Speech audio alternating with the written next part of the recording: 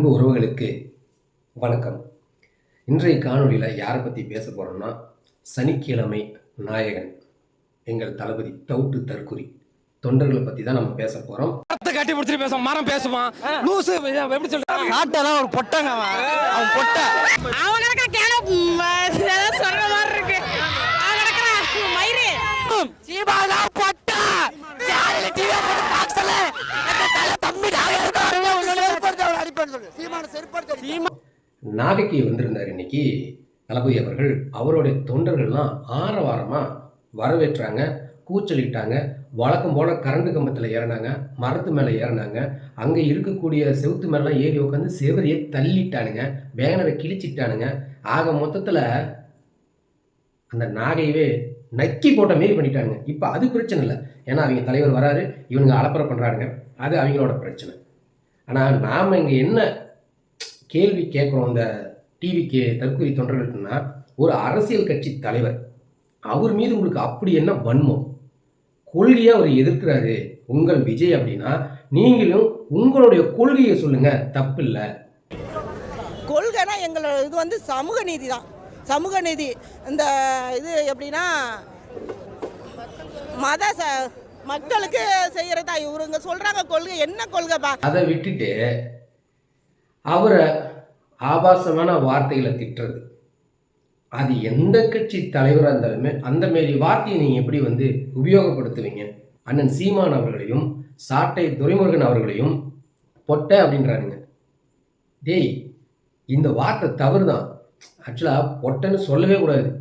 ஏன்னு கேட்டிங்கன்னா, பெண்கள் தான் உங்களை பெத்தெடுத்து போடுறாங்க. ஆண்கள் ஒன்றும் அவ்வளோ பலமாய்ந்தவர்கள் இல்லை. ஆண்கள் கொஞ்சம் கடுமையாக இருக்கிறாங்க, அவங்க உடம்பு கொஞ்சம் பலமாக இருக்குது அப்படின்னா பெண்களை பாதுகாக்கணும். அதுக்கு தான் ஆண்டவன் நம்மளை இப்படி கொஞ்சம் முரட்டுத்தனமாக படைச்சிருக்கிறோம். ஆனால் நம்மளையே பெண்கள் பெற்று போடுறாங்கன்னா அவங்க எவ்வளோ பலமானவங்க. அதனால தான் அவங்கள மறுபிறவின்னு சொல்லுவாங்க. புரியுதா? நம்மளை பெற்று போடுறதுனால. அதனால் பொட்டை அப்படிங்கிறது அது தவறாக பயன்படுத்துகிறீங்க. இருந்தாலும் அதற்கு நாங்கள் பதிலடி கொடுக்கலைன்னா என் மனசு ஆறாதில்லை. நான் ஒன்றும் புனிதர் கிடையாது, ரொம்ப நல்லவங்க கிடையாது. நாங்களாம் எங்கள் ஊர் காட்டானுங்க தான், மஞ்சள் மாக்கானுங்க தான். ஏன்னா எங்கள் அண்ணனை நீங்கள் அப்படி சொல்கிறீங்களா, அந்த வார்த்தை தவறு, பயங்கரமான தவறு அப்படின்னு என் மனசு அதை குத்திக்கிட்டே இருக்குது. அந்த வார்த்தை இவங்க விட்டுறக்கூடாதுன்னு. இப்போ நான் என்ன கேட்குறேன்னா, அந்த கூட்டத்தில் உங்கள் தலைவரை பற்றி ஆகா ஓகோ அப்படி 2026 சிஎம்ங்கிறீங்க, சரி வச்சுக்கா, அது ஒன்றும் பிரச்சனை இல்லை.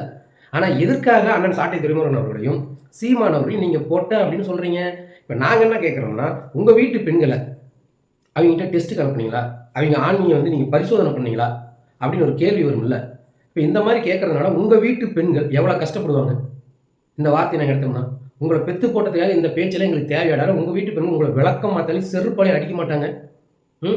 நாங்கள் எந்த இடத்துல விஜய் அவர்களை பொட்டை அப்படின்னு சொன்னோம்? இந்த புசியானது இருப்பார் எம்பளத்தினால், அவரை நாங்கள் பொட்டை அப்படின்னு சொன்னோமா? சொல்லியா? ஏன்னா தவிட்டு தற்குறீங்களா? சொல்லுங்கள். பனையூர் பண்ணையார்னு சொன்னோம், பனையூர் பொட்டைன்னு எங்கேயாவது சொன்னோமா? அணில்னு சொன்னோம், அது நாங்கள் சொன்னோமா? அம்மா ஜெயலலிதா அவர்களுக்கு 40 தொகுதியில் எஸ் சந்திரசேகர் தலைமையில் மக்கள் இயக்கம் வேலை செஞ்சாங்க, தேர்தல் பரப்புரையில் இறங்கினாங்க.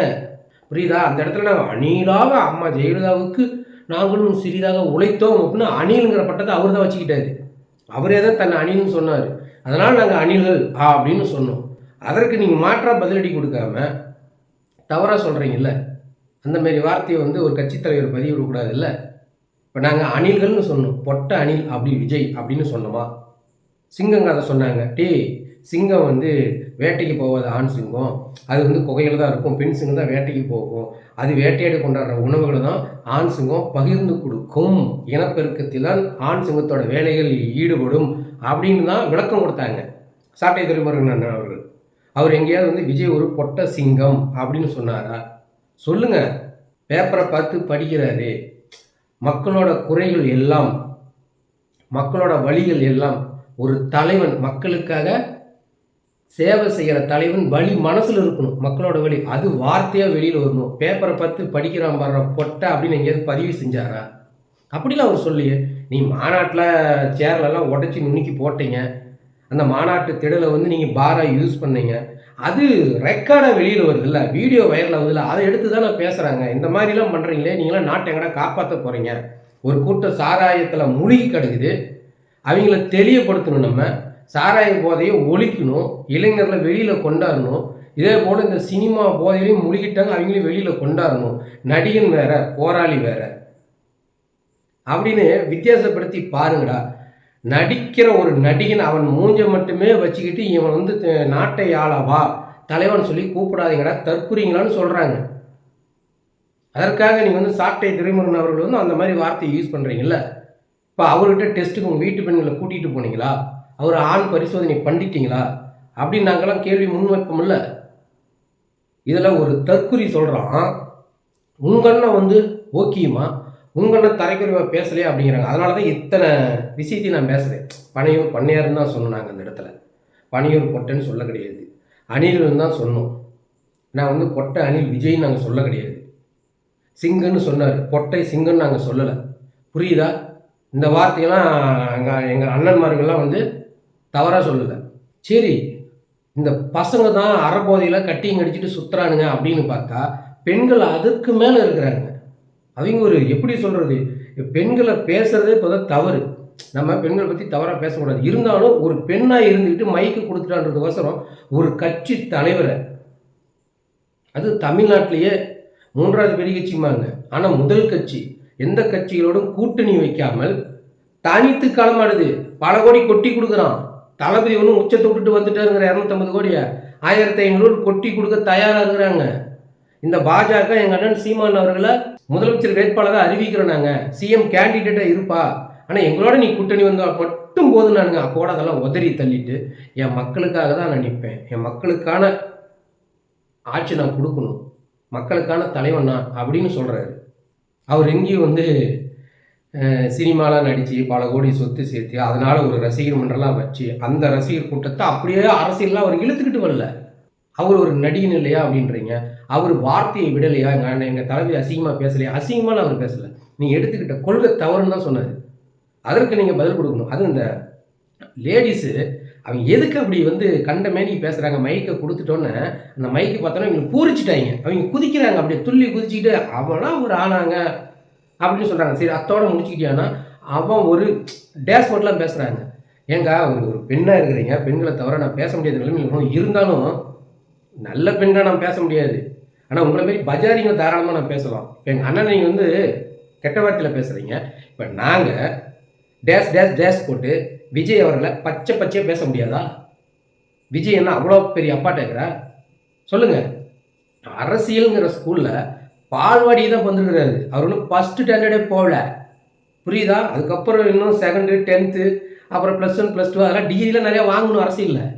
நேற்று வந்த தலைவருக்கு நீ இந்த முட்டுறீங்களே, 15 வருஷமாக கஷ்டப்படுறாரு மக்களுக்காக. அவரை நீங்கள் போகிற போக்கில் வார்த்தை விடுறீங்க. இதேமாரி எங்களோட நாம் தமிழ் கட்சி பொதுக்கூட்டத்திலையோ ஒரு மாநாடுலையோ இல்லை ஏதோ ஒரு திருமணி கூட்டத்திலையோ விஜய் நாங்கள் அவன்னு பேச முடியாதா?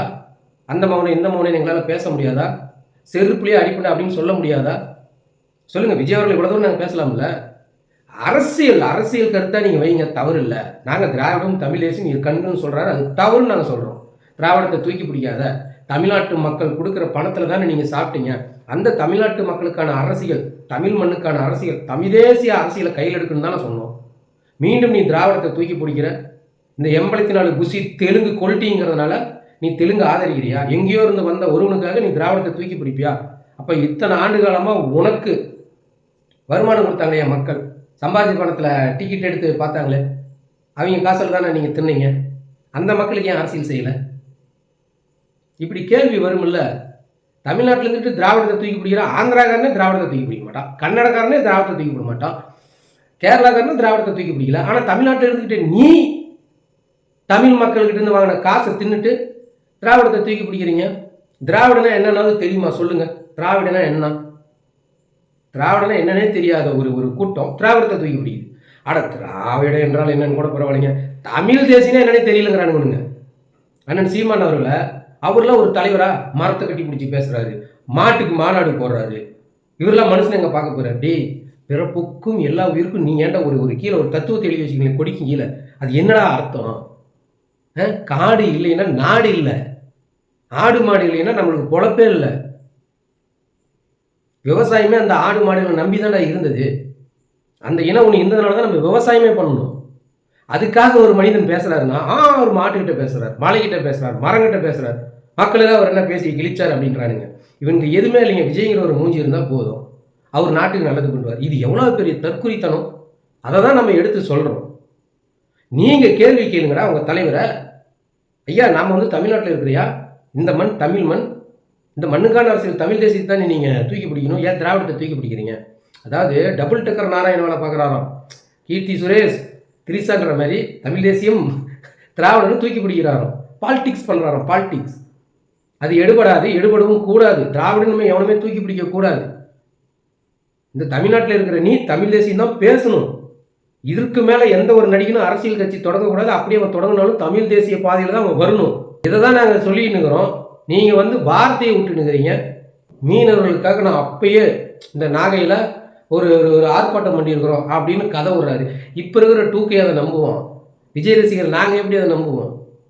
நீ ஒரு போராட்ட பேரில் வந்த, ஆனால் அங்கே வந்து காவலன் படத்தை வந்து நீங்கள் வெற்றி செய்து விட்டீர்கள். அடுத்தது வேலாயுதம் படம் வரப்போகுது.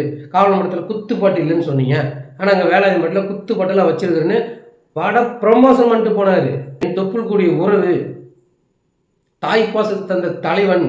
அவங்க வந்து இலங்கையில் இல்லைனாலும், அதாவது ஈழத்தில் இல்லைனாலும் எங்கேயாவது ஒரு பக்கம் வாழ்வாங்க, அவங்களுக்கு நம்ம வந்து துணை நிற்கணும் அப்படின்னு சொல்கிறாரு. அது என்ன தாய் பாசம் தந்த தலைவன்?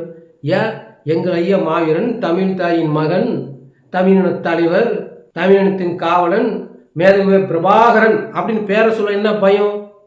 அந்த கூட்டத்திலே நாங்கள் பார்த்து வருத்தப்பட்டது ஒன்றே ஒன்று தான். சே, எங்கள் பிரபாகரனுடைய ஃபோட்டோவை தூக்கி பிடிக்கிறாங்களே, அந்த 2 ஓட்டு தான் எங்களுக்கு வீணாக போச்சுன்னு நினச்சோம். அதுதான் ஒரிஜினல் தமிழ் தேசியம். அந்த 2 பேர் உங்கள் கூட்டத்தில் நிற்கிறாங்கன்னு இப்போ நாங்கள் வருத்தப்படுறோம். இப்போ தான் ரொம்ப வருத்தப்படுறோம், அந்த 2 ஓட்டு அங்கே தடமாறி போகுதுன்னு. மற்றபடி அங்கே இருக்கிற கூமட்டையும் ஓட்டுலாம் எங்களுக்கு தேவையில்லை. அதாவது நீங்கள் போகிறீங்க, உங்கள் தலைவர் வராரு, நீங்கள் பார்க்குறீங்க, ஆரவாரமாக பேசுகிறீங்க, ஓகே. ஒரு கட்சி தலைவரை ஏதாவது ஒன்று பேசுகிறீங்க, ஓகே. ஆனால் கெட்ட வார்த்தையில் பேசுகிறா, திருப்பி அவங்க பேச மாட்டாங்க, என்ன நம்பிக்கையில் பேசுகிறீங்க? போகிற போக்கில் அடித்து விட்றானுங்க. செருப்புலேயே அடிப்பங்க வந்தான்றோம். இனிமேல் நாகைக்கு வந்து சீமான் வந்துட்டா அவ்வளோதான், கொண்டே விடுவோம் அப்படின்றான். அந்த கூட்டத்தில் நின்று சொல்கிறே தம்பி, அங்கே நாம் தமிழர் கட்சி ஒரு பொதுக்கூட்டமோ அல்லது வேட்பாளர் அறிவிச்சிட்டாங்க, அந்த வேட்பாளர் வந்து ஒரு திருமண கூட்டமோ பிரச்சாரத்துக்கு வருவாங்க. அப்போ போய் நீ சொல்லு, நீ ஒரு ஒரு ஆம்பளையாக இருந்தா உன் உடம்புல ஒரு ரத்தம் தான் ஓடுது, எங்கள் அம்மா ஒருத்தனை தான் முந்தானி விரிச்சான்னு உண்மையாக இருந்தா அந்த இடத்துல போய் சொல்கிறா. நாம் தமிழ் கட்சிக்கார ஓட்டு கட்டு வருவாங்க பாரு, இல்லைன்னா திருமண கூட்டம் பொதுக்கூட்டம் போடுவாங்க பாரு, அங்கே போய் சொல்லு, சீமானுங்க வந்தா நாங்கள் செருப்பு அடிப்போம் கொல்லுன்னு சொல்லு பார்க்கலாம். இவ்வளோ பொறுமையாக பேசுகிற தம்பிங்க அங்கே இருந்தால் நீ தப்பிப்ப, இல்லைன்னா இன்னமும் நீ வந்து விஜய் ரசிகராகவே இருக்கிறீங்க. அதுதான் அங்கே பிரச்சனை. திமுக கார மாதிரியே பண்ணுறாங்க. திமுக வந்து காசை கொடுத்து விஜய் இறக்கி விட்டாங்க, சரி, ஆனால் உங்களுக்கு அது தெரியாது. ஆனால் நீங்கள் பண்ணுறது எல்லாமே விஜய் பார்த்து சந்தோஷப்படுறாரு.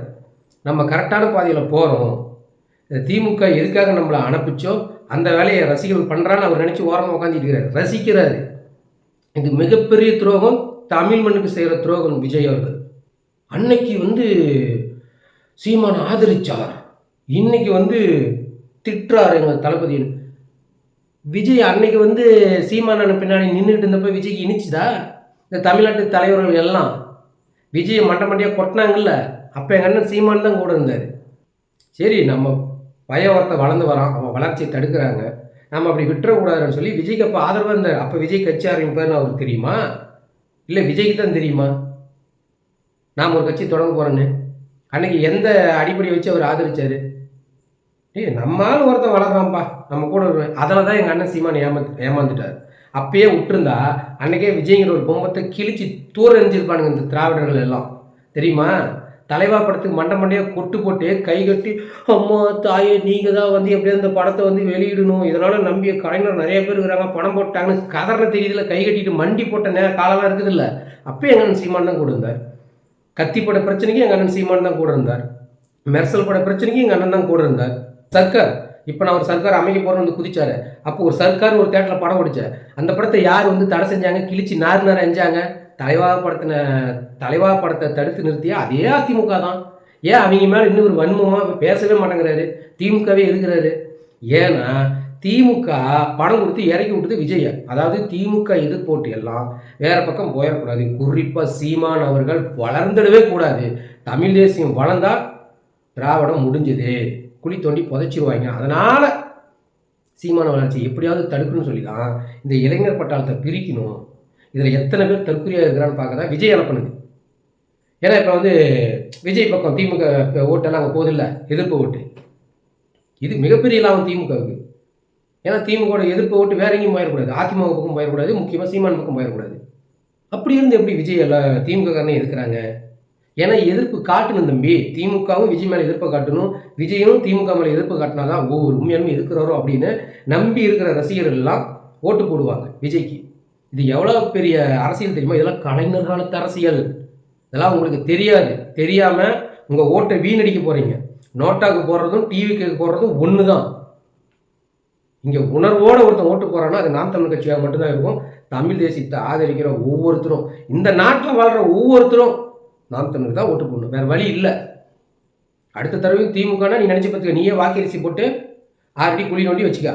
திமுக வென்றுது, திமுக ஜெயிச்சிட்டாங்கன்னா நீ படுத்து மண்ணப்படி முடிக்க வேண்டியதான். நானும் உண்மையுமே எங்கள் அண்ணன் வந்து மண்டிட்டு கேட்கணும். 2026 தப்பி தவறி திமுக மீண்டும் ஆட்சிக்கு வந்தால், அண்ணா 1 வருஷத்துக்கு நீங்கள் பேசாதீங்கண்ணா, வெளியிலே வராதிங்கண்ணா, நீங்கள் உங்கள் குடும்பத்தை பாருங்கண்ணா, நல்லா ரெஸ்ட் எடுங்கண்ணா, ஒரு வருஷத்தில் 2-3 வருஷம் விட்டுருண்ணா, இவங்க எல்லாம் அடிச்சுட்டு சாப்பிட்டோம், இந்த மக்கள் ஒவ்வொரு போராட்டம் வரணும், இதுக்கு எல்லாம் விஜய் தான் காரணம், விஜயை தூக்கி போட்டு தான் சாத்தணும், அதுக்கப்புறம் வெளியில் வேணாம் அப்படிங்கணும். அவர் இருக்கும்போது அந்த நாட்டை அவர் கையில் கொடுத்துடணும். இல்லைன்னா தமிழனோட தலையெழுத்தை மாற்ற முடியாது, அவ்வளோதான், முடிஞ்சுது. மீண்டும் அடிமைக்கப்படுவான் தமிழன். இதுக்கு முக்கிய காரணம் இந்த விஜய் தான். மீண்டும் ஒரு காணொளியில் சந்திப்போம். நன்றி.